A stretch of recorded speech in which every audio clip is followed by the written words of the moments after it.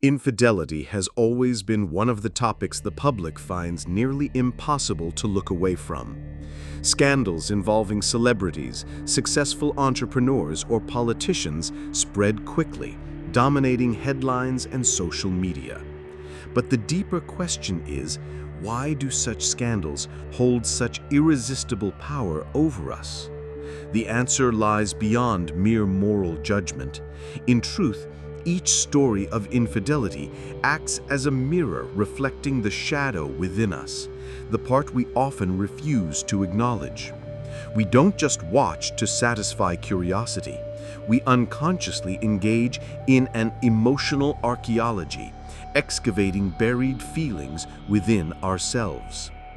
When a CEO or an accomplished figure suddenly falls into scandal, our minds instinctively search for the hidden narrative behind it.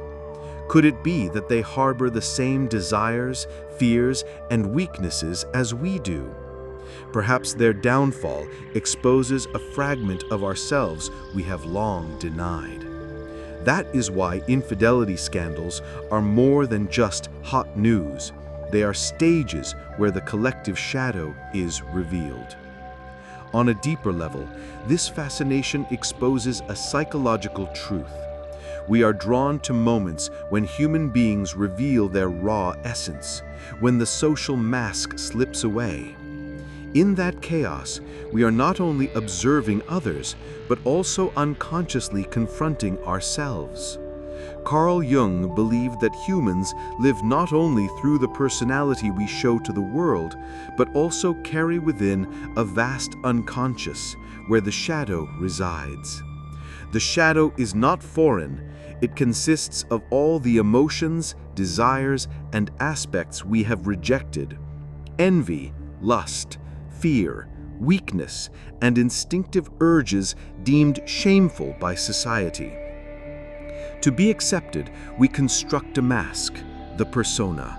This is the image of the good person, the successful one, the loyal partner we try to maintain. Yet the more we polish this mask, the more we banish the unacceptable into darkness. But repression does not erase the shadow. It waits, eventually breaking through in surprising forms: deception, infidelity, impulsive choices, or uncontrollable rage. In our modern world, pressured by work, ambition, and social image, the shadow finds many ways to rise. It whispers, "Just once, break the rule." And when that happens, we often fall into self-sabotage, exposing behaviors we ourselves cannot explain. Recognizing the shadow is not about condemning ourselves, but about understanding that it is an inevitable part of being human. Only when we face and integrate it can we free ourselves from unconscious control and live more fully. When discussing infidelity, most people point to sexual desire, temptation, or disloyalty. But from Carl Jung's psychological perspective, the roots are rarely so simple. Many cheat not because they crave another person, but because they crave becoming another version of themselves, more youthful, daring, free, or even rebellious compared to their daily self.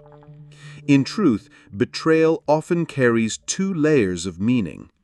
First, it is an escape from rigid roles and responsibilities bound to the ego. The devoted spouse, the exemplary leader, the responsible parent may feel suffocated by their own mask. But the second is an affirmation, a way for the repressed shadow to breathe, to let desires and instincts long denied come alive. Thus, for many, infidelity is not just about finding another person, but rediscovering another self, the part abandoned or never allowed to exist.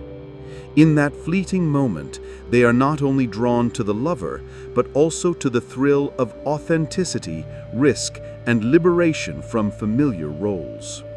Seen this way, infidelity is not merely betrayal, but a reminder within each of us lies a fragment yet to be acknowledged. Carl Jung called this phenomenon a shadow eruption. It is the sudden uprising of the denied self, shattering conscious control and leading to self-destructive actions. The critical point is that the core issue is not merely the act of cheating. The betrayal itself is only the surface. The root is a part of the self never loved, accepted, or truly seen. Perhaps it is the need for freedom, desire, rebellion, or simply the right to feel authentically. Suppressed too long, these needs do not disappear, but quietly accumulate, waiting to burst. And when the shadow erupts, it often does so in the most shocking forms: a secret affair, a lie, a reckless choice. Not because one seeks to destroy everything, but because the shadow has grown weary of silence. Understanding this changes our view. Infidelity is not only immorality, but also a warning signal. It reveals that a part of us is longing for recognition and healing. If faced, such eruptions can become the starting point of truth, growth, and inner freedom. In relationships, initial attraction is often not pure love, but an unintegrated shadow calling. Jung noted that we are frequently drawn to people embodying traits we have buried or denied in ourselves. For example, someone reserved, suppressing sensuality, may feel irresistibly pulled towards someone free, passionate, and unapologetically expressive. This attraction is not random. It is psychological magnetism. It convinces us we are in love, but in truth, we are confronting our forgotten shadow. The other person becomes a mirror, reflecting what we never dared to live. The danger is that without awareness, we confuse love with the attempt to fill inner emptiness. We think we need the other person to feel whole, when in fact, it is the shadow speaking. Thus, relationships easily spiral into dependency, repetitive cycles, or even infidelity. Recognizing this mechanism liberates us. True love is not finding someone to complete us, but accepting and integrating the denied parts of ourselves. When we become whole, love flows from genuine love, not unconscious lack. One of Jung's central warnings is that if we do not face and heal our shadow, it will continue to run our lives from behind the scenes. In love, this often shows up as repeating cycles, old patterns reappearing under new faces. You may notice yourself choosing the wrong partners repeatedly, drawn to familiar types despite the pain. Or you may avoid intimacy altogether, struggling to open up, though you long for connection. At times, you might even sabotage a good relationship out of fear of abandonment, rejection, or inadequacy.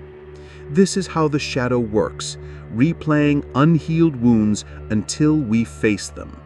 Many describe love as déjà vu, the same arguments, the same heartbreak, only with different faces. But repetition is not punishment, it is a call to attention. When we pause and confront hidden fears and unmet needs, the cycle can finally break.